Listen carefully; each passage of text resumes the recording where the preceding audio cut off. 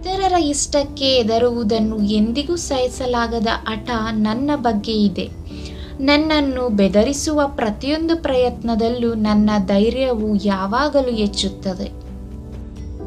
ಅವನು ನನ್ನ ಹೆಮ್ಮೆಯನ್ನು ಕಳೆದುಕೊಳ್ಳದಿದ್ದರೆ ನಾನು ಅವನ ಹೆಮ್ಮೆಯನ್ನು ಸುಲಭವಾಗಿ ಕ್ಷಮಿಸಬಲ್ಲೆ. ನಿಜವಾದ ಆರಾಮಕ್ಕಾಗಿ ಮನೆಯಲ್ಲಿ ಇರುವಂತೆ ಏನೂ ಇಲ್ಲ. ನಾನು ಅರ್ಹತೆಗಿಂತ ಹೆಚ್ಚು ಸಂತೋಷವಾಗಿರಲು ನಾನು ಕಲಿಯಬೇಕು. ನಾನು ನಿನ್ನನ್ನು ಕಡಿಮೆ ಪ್ರೀತಿಸುತ್ತಿದ್ದರೆ ನಾನು ಅದರ ಬಗ್ಗೆ ಹೆಚ್ಚು ಮಾತನಾಡಬಲ್ಲೆ. ನಾನು ಏನು ಹೇಳುತ್ತೇನೆ ಅಥವಾ ಯೋಚಿಸುತ್ತೇನೆ ಎಂಬುದು ನನ್ನನ್ನು ವ್ಯಾಖ್ಯಾನಿಸುವುದಿಲ್ಲ, ಆದರೆ ನಾವು ಏನು ಮಾಡುತ್ತೇವೆ. ಸಂವೇದನಶೀಲ ಜನರು ನಿರ್ಲಜ್ಜ ರೀತಿಯಲ್ಲಿ ಮಾಡಿದರೆ ಸಿಲ್ಲಿ ಕೆಲಸಗಳು ಸಿಲ್ಲಿ ಆಗುವುದನ್ನು ನಿಲ್ಲಿಸುತ್ತದೆ.